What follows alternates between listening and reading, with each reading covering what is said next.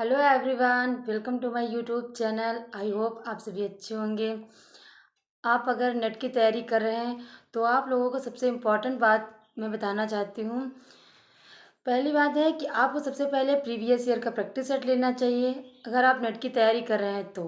अगर आप best result पाना चाहते हैं, अगर क्वालिफाई करना चाहते हैं, तो आपको सबसे पहले ये पता होना चाहिए कि एग्ज़ाम का पैटर्न कैसा होता है, कैसे आता है एग्ज़ाम, पेपर में क्वेश्चन कैसे कैसे पूछे जाते हैं, कैसे आपको टाइम मैनेज करना है। तो आपको इसके लिए आपको प्रैक्टिस सेट लेना होगा और ज़रूर से ज़रूर आप ले लीजिए अगर आपने नहीं लिया है तो। क्योंकि हम ऑनलाइन स्टडी करते हैं तो उसमें से देखते हैं, हमको ये नहीं पता चलता है कि रियल में अगर पेपर आता है तो उसको पढ़ने में हमारा कितना टाइम जाता है, क्योंकि उसे तो हमें खुद पढ़ना होता है, आंसर देखने होते हैं, टिक हमें करना होता है।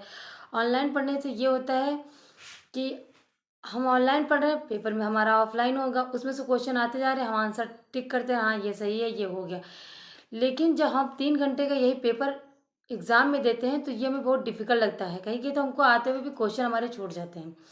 लेकिन नेट का जो पैटर्न है वो भी काफ़ी लेंथी है, ऑब्जेक्टिव टाइप क्वेश्चन हैं, बट काफ़ी बड़े बड़े क्वेश्चन हैं, पैराग्राफ टाइप में आते हैं। अब आते हैं कूट कथन वाले क्वेश्चन जो काफ़ी टाइम टेकिंग है।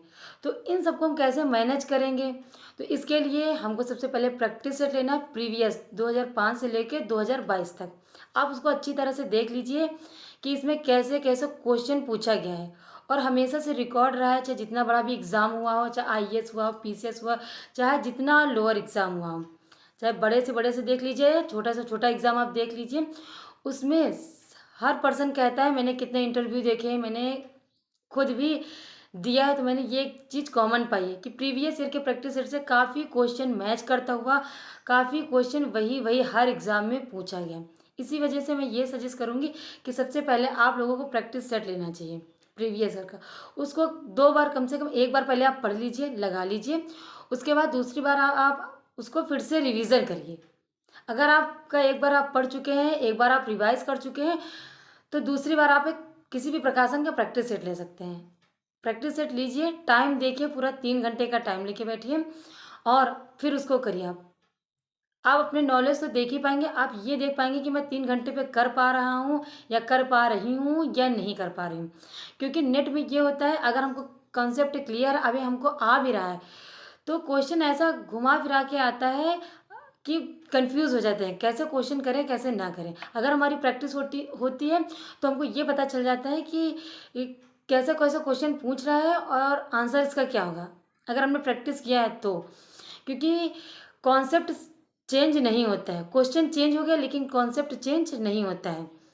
क्वेश्चन का पैटर्न सिर्फ थोड़ा बहुत चेंज हो जाता है। नेट का कुछ कुछ टॉपिक ऐसे हैं जिसके क्वेश्चन बार-बार पूछे जाते हैं। ऐसा नहीं कि पूरा इतना बड़ा सिलेबस है तो उसमें से क्वेश्चन सिर्फ 50 आने होते हैं फर्स्ट पेपर में और सेकंड पेपर में 100 क्वेश्चन आते हैं। ऐसा नहीं कि हर एक टॉपिक से एक-एक क्वेश्चन लेते हैं। कुछ टॉपिक उसमें ऐसे दिए हैं नेट के जिसमें क्वेश्चन उस टॉपिक से ही रिलेटेड अलग-अलग क्वेश्चन कर दिए जाते हैं, या उसी टॉपिक से कुछ क्वेश्चन बार-बार रिपीट कर दिए जाते हैं। तो कुछ टॉपिक भी चुने हुए होते हैं जो एग्ज़ाम में बार-बार पूछे जाते हैं। मैं ऐसा इस वजह से कह रही हूँ क्योंकि कुछ लोग कहते हैं कि प्रीवियस ईयर देख लिया जाएगा, वो एग्ज़ाम टाइम पे देख लेंगे, जब जाएँगे तब देख लेंगे, बट ऐसा बिल्कुल मत करिएगा। सबसे पहले आप ले लीजिएगा, आप उसको अच्छी तरह से देख लीजिएगा कि उसने कैसे क्वेश्चन किए, कैसे आंसर उसमें दिए गए हैं और किस-किस टॉपिक से क्वेश्चन पूछे गए हैं। और आप ये पाएँगे, अगर आप लगाते हैं क्वेश्चन, तो आप ये पाएँगे कि वही क्वेश्चन रिपीट हुआ है या उसी से रिलेटेड टॉपिक से क्वेश्चन पूछे गए हैं। नेट में ऐसा भी है। और आपको एक ट्रिक भी मिल जाएगी कि अगर क्वेश्चन पूछा गया तो उसका answer A B C D करके आते हैं क्वेश्चन, उसका आंसर कहीं ना कहीं मैच करता हुआ नीचे दिया हुआ होता है। अगर आपको 4 आंसर दिए हुए ए बी सी डी, तो आपको किसी एक का तो आंसर आता ही हो, मैच करने वाला अगर आता है, तो अगर आपको जो भी आ रहा हो तो सबसे पहले उस आंसर में देखिए कि कहाँ पे आंसर वो मैच कर रहा है। पहले आप उसको देखिए, अगर गेसिंग पॉइंट पे दूसरा कोई आंसर आ रहा है तो सेकंड नंबर पे आप उसको गेस करिए। आपको आंसर भी ढूँढने में मदद मिल जाएगी। मैंने इतनी प्रैक्टिस किया तो मुझे ये लगा कि अगर मुझे एक भी आंसर कूट कथन में मिल जाता है तो दूसरा आंसर मैचिंग में